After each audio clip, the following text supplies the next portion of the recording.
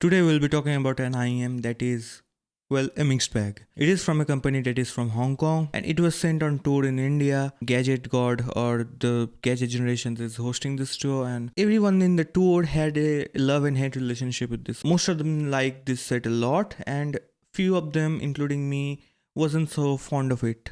So, what makes this IEM so diverse in liking? Let's discuss this. So, first of all, this is a proper V-shaped IEM. The sub bass is quite high and the treble amplitude is quite high too. Well, it has one dynamic driver, 4 BAs and 4 electrostats, which makes it 9 driver per side, and of course it is quite high for driver count, and let's see if that can justify the sound it is producing. So the first of all, the sub bass is really high. The mid bass is not that high as the sub bass. Mids are on the neutral side and it was not that pushed back into the mix. The upper mid range and the lower treble is quite on the higher side, which leads to the diversity that it is offering in liking. And the treble is very airy, the electrostats are in action, and there is no doubt about it. Now let's discuss the different frequency ranges and let's see what it can offer. The sub bass is really thumpy. It hits you and you can feel the resonance. There is a drop and the adverse effect of it is there. It is very enjoyable. The hip hops, the drums are just kick-ass on this IM. The mid bass, although is not quite high as a sub bass, but it is still there. The Lavinia cable, it came with stock vortex scale, which I didn't like that much, but the Lavinia, which is again $750, which makes the total package more than $3,000 and gets to the territory of Annihilator. I will discuss the comparison with Annihilator later, but the mid bass is not quite there as the sub bass, and it doesn't have the effect to immerse you into the room feeling nature, although it is quite tasteful. But more than that, the mid-bass tuning makes this IEM so clean for the mid-range that the mid-range plays in a separate layer even though the IEM is bassy. The mid-range is very clear, it is clinical, not clinic, yeah, it is clinical, there is no doubt about it. It is almost on the neutral side, it is not lush, it is not that recessed.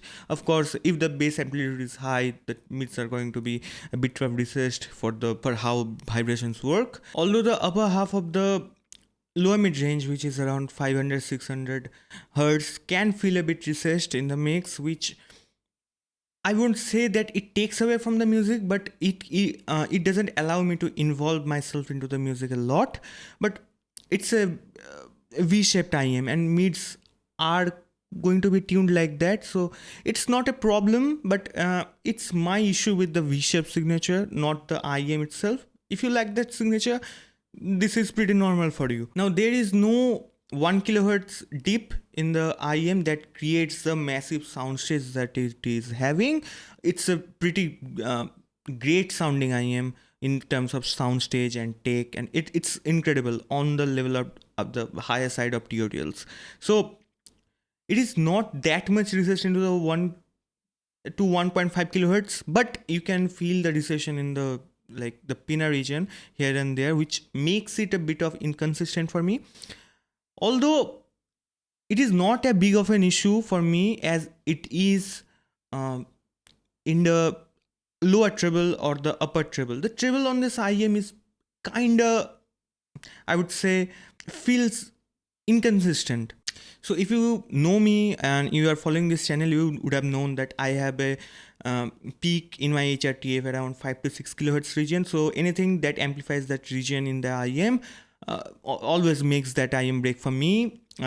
It happened with the volume S, even by a single bit, it can make it very harsh, and it has quite a lot of magnitude it has quite a lot of amplitude in this region in the Eminent Ears Ruby, which makes it a bit of harsh, a papery, a bit coarse sounding. Then one thing that Ruby does very well, I have a dip at 10 kilohertz and Ruby just perfectly manages that while having a peak at that area, and the air region is pretty good. So what I can say is it's a it's a white paper reference V-shape tuning. It has excellent amount of bass and it has excellent amount of treble. The bass is detailed, it has textured, everything. The mid-range is also textured and all, has details. The treble is of course effortless with this IEM. Although it is like a proper V-shaped IEM, I don't feel connected with this kind of tuning, so it's not that palatable for me, to say in polite terms. But what Ruby can do well or extremely well is the technicalities. The soundstage on this IEM is very, like, it is huge. One of the best soundstaging IEM I heard, if not the best, I think it is one of the best soundstaging IEM that I heard. But the technicalities in all the departments, the resolution is crazy high. Although it is just a notch below the Annihilator, a bit better than the Spectrumica, the new Ice Lab Spectrumica, but it is a notch lower than the Annihilator. So this is how you put it. The imaging is laser precise, although the definition of the imaging, if the track got busy, is like kinda left me feeling a bit more. It is not as locked on as Annihilator or something like that, but it can easily beat most of the IEMs in the market in terms of imaging. Now, if you wrap all this, how's the timbre? Like, the timbre is not natural. It is not that bad for a V-shaped IEM. It's just, you can complain about the timbre, you can praise the timbre, it's just there and that's it. The dynamics is excellent on this IEM. The low end to high end speeds, the transients is excellent. Just like the speed is blazing fast. Now, where I have issue with this IEM is, it is not for everyone. And it is made for a specific set of people who like bright signature, who like a lot of bass, who likes recessed mid-range. Then this IEM is godsend for them because it can do everything well.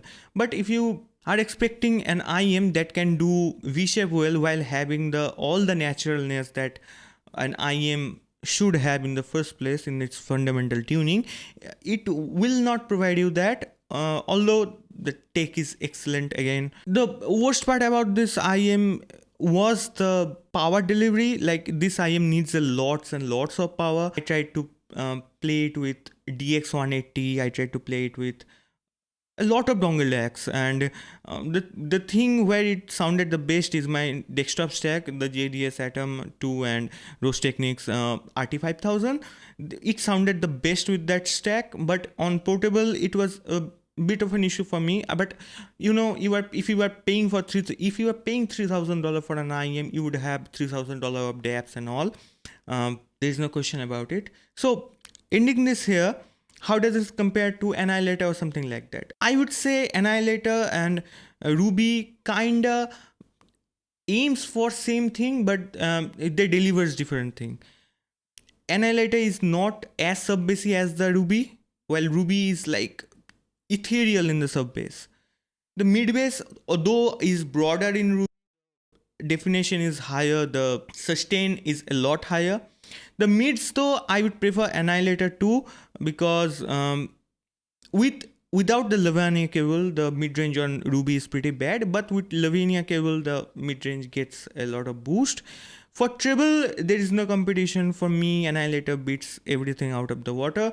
For soundstage, Ruby is a lot better. The scope, although there is one thing that I would like to mention, that the soundstage is pretty, like, what I can say, it's like that only in height. It can produce height that much, but the scope or the spread of the soundstage is pretty high. One of the best sounding sound stages that I've heard in IEM. Then comes the imaging. Imaging again, both Annihilator and Ruby does the imaging pretty well. There is one thing in Annihilator that it can locks on the instrument, and no matter how busy the track got, it can play the track very well, which I didn't feel with the Ruby. But I would say that considering the $600 price difference, Ruby is a compelling choice, although you have to enjoy the V-shape tuning for it. Another thing that I would like to complain about Ruby is the carrying case. The carrying case is a joke in Ruby. I don't know why they put that small carrying case with Ruby. It's an expensive IEM. You need a hard case and all. All in all, yeah, great set for V-shape tuning, incredible details, incredible soundstage and imaging. Not that good of treble for my ears, for my specific HRTF. Again, few of the people who are a lot senior than me, who are in this hobby for a longer time, who know hobby better than me, calls it the best IM they have ever heard. Sonic Sleuth, the ASB, Gadget Generation himself, they just positions it in the upper tier of IEMs that can easily rival with all the IEMs that they ever heard in their lifetime, which is a lot more than mine, and it doesn't played with my HR tape that well. So yeah, this is it. Thanks. The next video will be on Sapphire. It is from Eminent Ears also, and I freaking love that IEM. So stay tuned for that. That IEM is like gem for me, which is totally different approach from the Ruby.